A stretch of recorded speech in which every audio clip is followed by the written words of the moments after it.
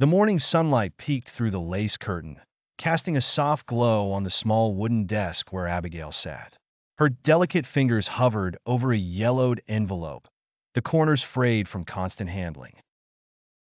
The letter inside was the last she had received from Thomas, dated March 1945.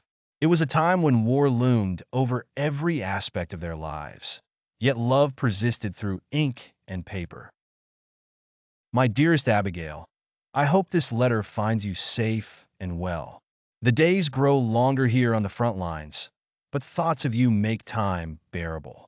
Your last letter brought me immense joy. Your words are my sanctuary in this sea of chaos. I find myself dreaming of the life we will build together once this storm passes. With all my love, Thomas. Abigail's eyes welled with tears as she read the familiar words once more. It had been 5 years since they had last seen each other face to face. The war had ended, and Thomas had finally returned home, battle-weary but alive. In the years that followed, they had tried to rebuild their lives.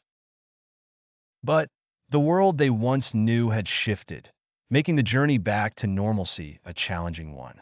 The story of their love alternated between the tender moments captured in their letters and the present reality of their reunion. A knock at the door interrupted Abigail's reverie. She placed the letter back in its envelope and walked to the entrance, her heart skipping a beat. Standing there, in the doorway, was Thomas, his face etched with the lines of hardship and time. Yet his eyes sparkled with the same love that had filled his letters. "Thomas," Abigail whispered, her voice a mixture of disbelief and joy.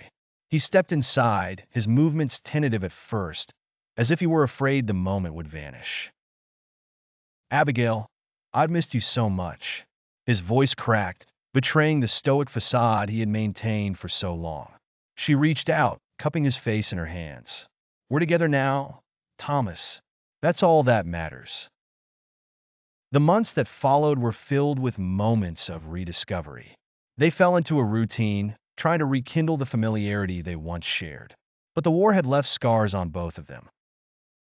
Thomas struggled with nightmares, and Abigail found herself grappling with the fear of losing him again. Despite the challenges, they clung to the hope that their love, which had survived the ravages of war, could endure the trials of peace. The love letters became their anchor, a reminder of what they had endured and the bond that had kept them going. Abigail often found herself rereading the letters, especially on nights when Thomas's nightmares were the most intense. Those words, penned amidst the turmoil of war, held a timeless promise of love and resilience. One crisp autumn evening, as the leaves turned amber and gold, Thomas surprised Abigail with a small, wrapped box. She unwrapped it slowly, revealing a locket.